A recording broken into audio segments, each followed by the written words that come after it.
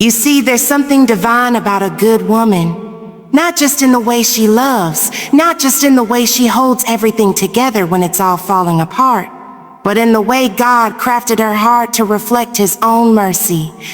A good woman is a safe place.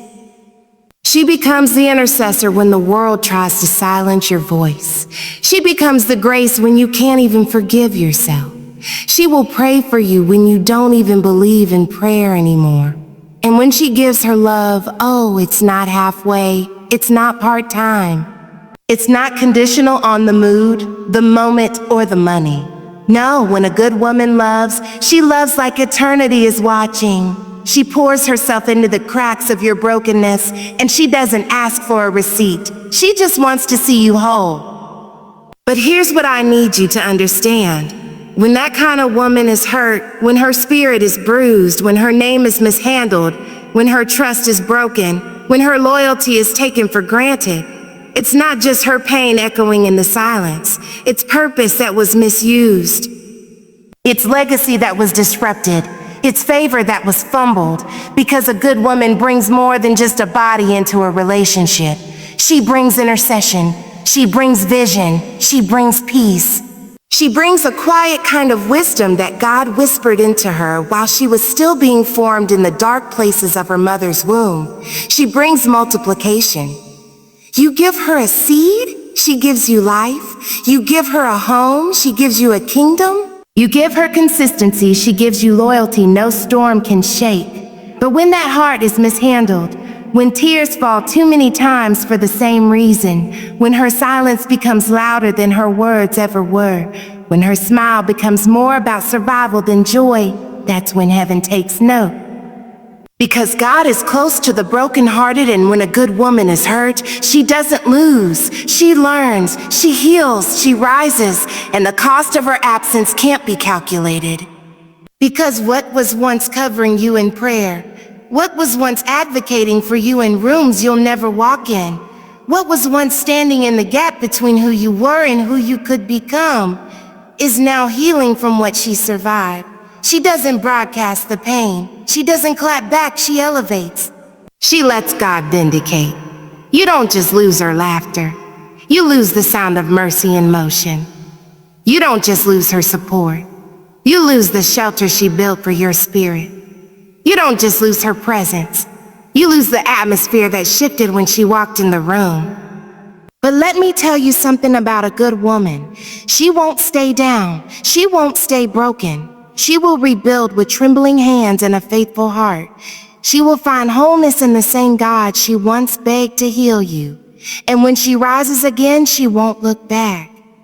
Because she finally realized she was the blessing. She was the breakthrough. She was the answer to a prayer that wasn't appreciated. So if you're wondering what was lost when that kind of woman was hurt, just look at what no longer walks beside you. Just look at what heaven took back. Just look at what peace left the room. A good woman never walks away empty. She walks away with God. And that, right there, is the beginning of her next miracle. A good woman carries divine strength, peace, and intercession into every relationship. She doesn't just enter someone's life to take up space. She enters to bring transformation. There's something sacred about the way she shows up fully, selflessly, and intentionally. She listens with a heart that discerns what isn't said. She touches with hands that heal and a voice that comforts even in the darkest hour.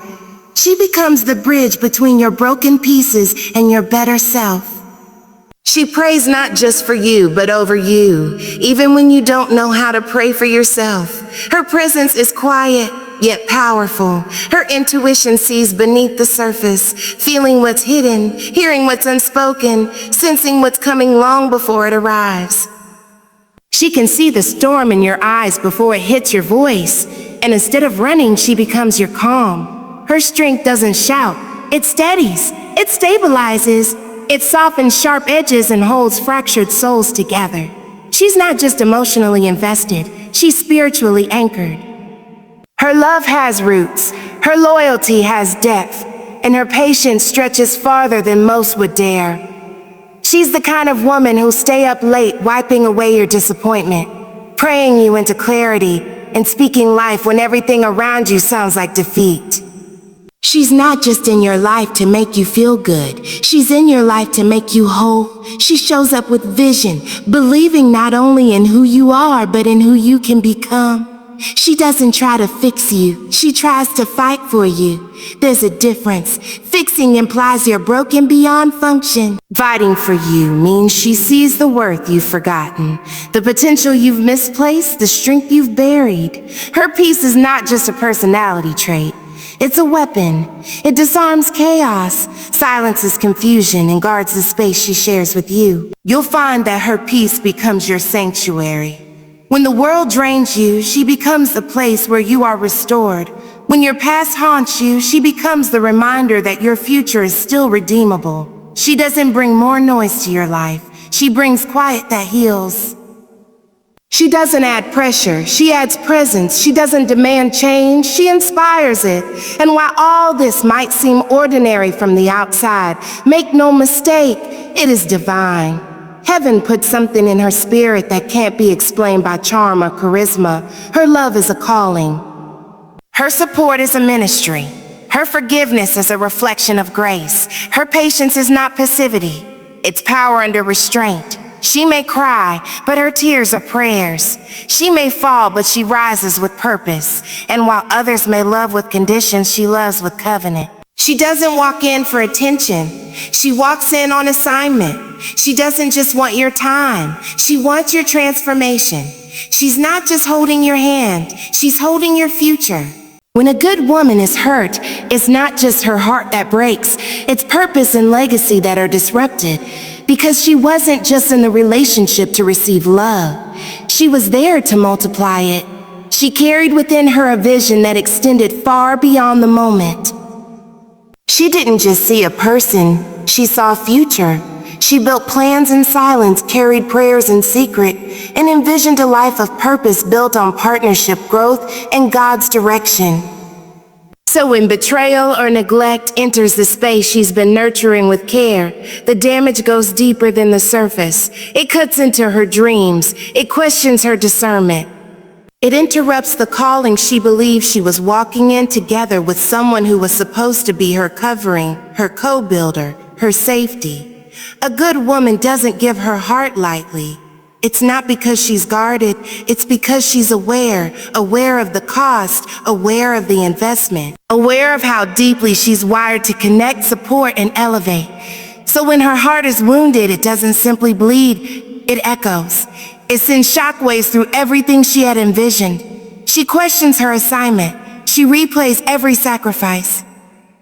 She mourns not just the relationship, but the time, the energy, and the sacred pieces of herself she poured into someone who didn't value them. There's grief in her silence because she knows what could have been. She knows what was possible. She knows what was sacred and mistreated. But even in her pain, a good woman doesn't become bitter. She wrestles with it, but she doesn't wear it. She may cry, but she still covers others in prayer. She may fall, but she falls forward. She carries the wound with grace, not because it doesn't hurt, but because she knows God still has her future in His hands. And even when she can't understand why things broke the way they did, she still believes that her purpose didn't die in the disappointment. What gets lost, though, is the shared legacy. The unity she wanted to build, the generational healing she was committed to, the love she wanted to model with intentionality and strength. Because a good woman is often the cornerstone of everything. She becomes the atmosphere in the home. She sets the emotional tone, she brings faith into the mundane, and creates stability in transition. She is often the one holding the emotional weight of the entire connection, anchoring it in prayer, patience, and vision. So when she's hurt, the relationship doesn't just suffer, it unravels at the roots. Not because she was everything, but because she gave everything. And what she loses in that moment isn't just love. It's the future she carried quietly, faithfully, and sacrificially. The loss goes beyond affection and touches destiny.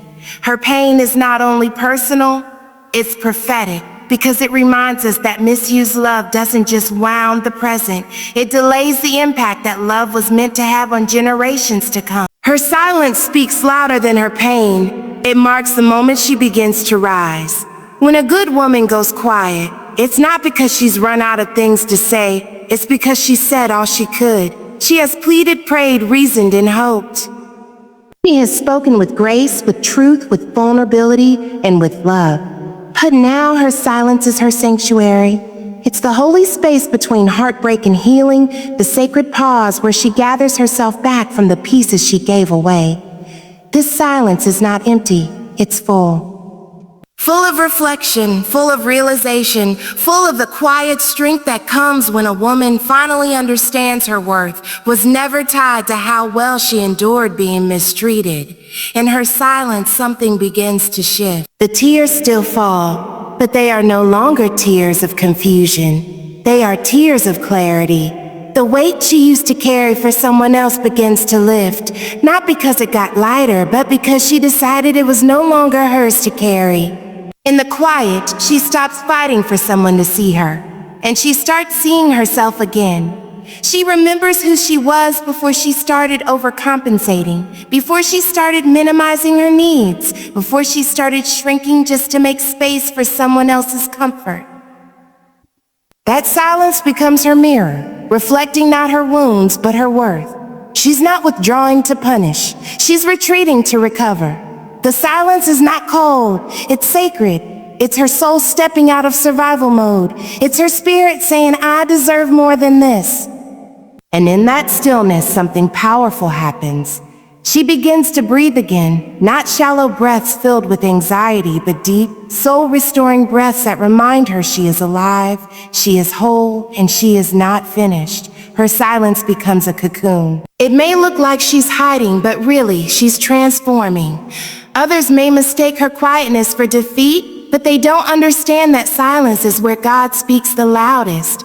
It's where direction is whispered. It's where strength is rebuilt. It's where divine strategy is downloaded. And while no one sees the war she's waging inside, heaven is watching her reclaim territory in the spirit.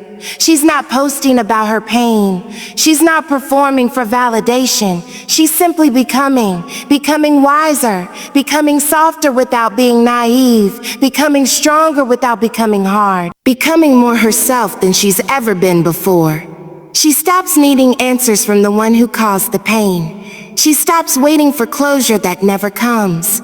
Because the silence taught her that peace is not given by people, it is guarded by boundaries. She no longer begs to be heard because she has found a voice that doesn't need volume. Her silence is not weakness, it's wisdom, it's healing. It's her rising from what tried to diminish her and standing in what God is still calling her to be. She's not speaking because she's listening to her heart, to her God, to the still small voice that's been trying to reach her through the noise. Losing her means losing a spiritual covering, emotional shelter, and unmatched loyalty. A good woman doesn't just love you with her heart. She protects you with her presence. She becomes an atmosphere of safety, of peace, of possibility.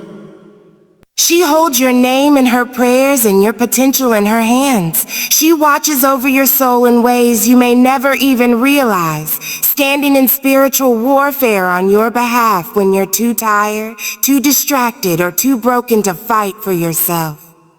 She brings more than companionship.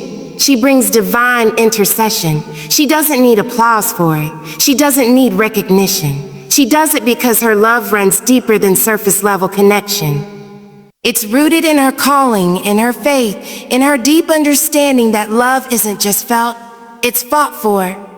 A good woman sees beyond your now. She sees the battles you won't speak about. She sees the fear behind your silence and the pressure behind your pride. She covers what the world exposes, and she believes when no one else does. Her loyalty isn't based on what you give her. It's based on what she sees in you. She remains steady even when everything around you is shifting. She becomes the constant in a life full of variables. And when she chooses to love, she loves with an unwavering commitment to help you become who God created you to be. She's not just there to celebrate the mountaintops. She's there to walk with you through the valleys. She doesn't flinch at failure. She doesn't flee in discomfort. She digs in deeper when things get hard because she's not looking for perfection, she's looking for purpose. She can handle your flaws, your fears, your process. What she can't handle is being taken for granted. Because while she will give all she has, she knows her value, and she knows that presence doesn't mean permanence if it's not protected. When her spirit gets tired from carrying weight that isn't reciprocated, something begins to shift.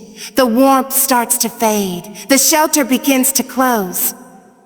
And once she steps away, what's lost isn't just her. It's everything she covered.